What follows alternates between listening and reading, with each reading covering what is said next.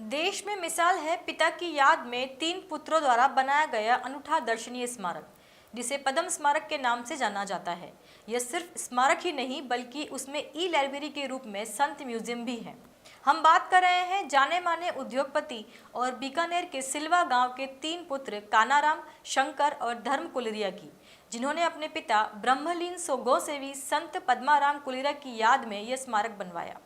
संत पद्माराम कुलरिया की चौथी पुण्यतिथि के अवसर पर भजन संध्या और सत्संग का आयोजन हुआ।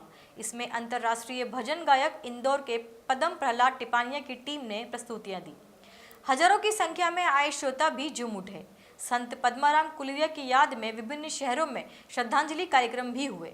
मुंबई में शंकर और धर्म कुलरिया के कॉर्पोरेट ऑफिस के सभागार में भी श्रद्धांजलि सभा हुई।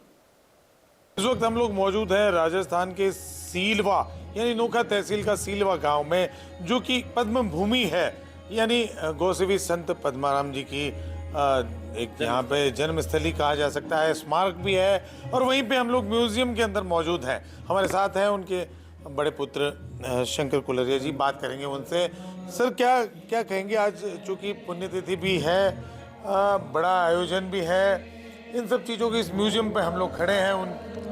नहीं, आज उनकी चौथी पुण्यतिथि है और चौथी पुण्यतिथि के ऊपर आज, जैसे मैंने आपको बताया पहले कि इंदौर से हमारे पद्मश्री प्रहलाद टिपानिया जी पधारे हुए हैं, जो भजन की स्तुतियाँ दे रहे हैं। अभी बीकानेर से, जोधपुर से, नोखा से आज बहुत कलाकार आए हुए हैं। ये सुबह तक चलने का ऐसा प्रोग्राम है हमारा, और हज़ारों की तादाद में आज लोग यहाँ पे लोकल आए हुए हैं जिन्होंने प्रसाद ली है। और साथ ही साथ में हमारे ऑलमोस्ट बीकानेर, नागौर, जोधपुर ज़िले के गायों के जो गौशाला चलाते हैं वो भी यहाँ पे आए हुए हैं। तो यथासंभव हर गौशाला को हम आज सहयोग करेंगे। और साथ ही साथ हमारे जो पिताजी की गोद ली हुई गौशाला है गढ़ियाला करके, जहाँ पे आज गायों के लिए एक एम्बुलेंस हम भेंट करने जा रहे हैं। और इसके साथ ही साथ आज हम वैसे डिक्लेयर तो हमने कर दिया है, स्कूल का भी मैंने जब जिक्र किया था कि कन्या पाठशाला इंग्लिश मीडियम स्कूल जो बनाने जा रहे हैं, जो इस देश की एक अलग ही स्कूल बनने जा रही है, जिसका ऑलरेडी शुभारंभ हो चुका है। शायद अगले पुण्यतिथि से पहले हम कोशिश करेंगे कि इसको हम चालू करें। अगर स्कूल की बात करें तो इतना बड़ा सोच के पीछे गोसेवी संत साहब का क्या कहेंगे? हाँ, ये सोच इस एरिया में या इस संभाग में, परिसर में आते ही सोच अलग चेंज हो जाती है। क्योंकि मैं सोच भी नहीं पाता था कि ये स्मारक भी ऐसा बन सकता था। उन्होंने छोटा सा रूप दिया था कि मेरे जाने के बाद में छोटी सी एक मूर्ति लगा देना करके, लेकिन पता ही नहीं ये इतना बड़ा बन गया।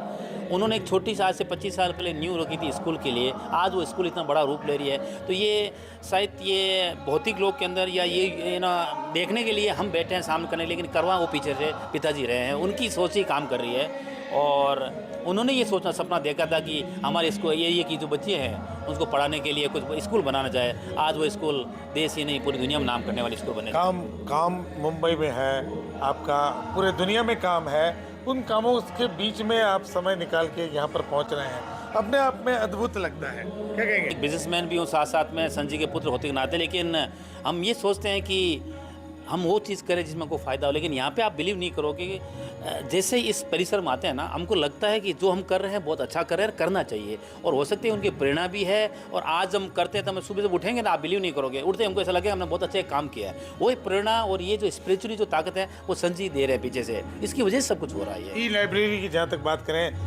देश दुनिया से लोग, विदेशी लोग भी यहाँ पर आ रहे हैं। हाँ, मैं अभी पिछले 1 महीने से करीब मेरे 200 से 300 लोग अभी जर्मनी और यूके के लोग यहाँ पे पधारे। उन्होंने देखा कि यार ये अपना पिता पुत्र के प्रेम में ये एक स्मारक, उसके अंदर ये लाइब्रेरी और ये डिजिटल लाइब्रेरी, ये लाइब्रेरी तो पूरी दुनिया में छा गई है। और मैं चाहता हूँ यहाँ के कम से कम, हमारा टारगेट है कि इस साल कम से कम 20 से 25 बच्चे यहाँ पे IRS में निकलने चाहिए, ऐसा हमारा टारगेट है। उसके लिए कोई इन फ्यूचर में संत जी के नाम पर कोई कोचिंग वगैरह भी कुछ इस तरह की?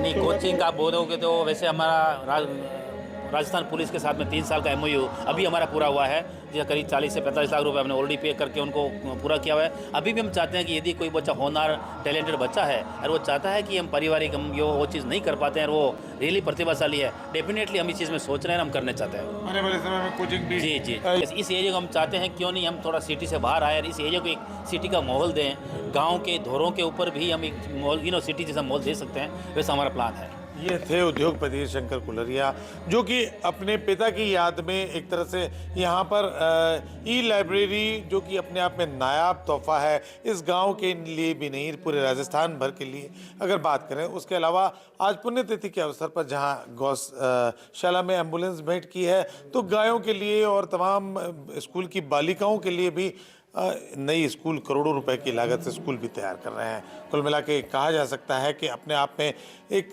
तीन जो पद्माराम जी के जो पुत्र हैं, उन तीनों के ही नायाब काम यहाँ पर नजर आ रहे हैं।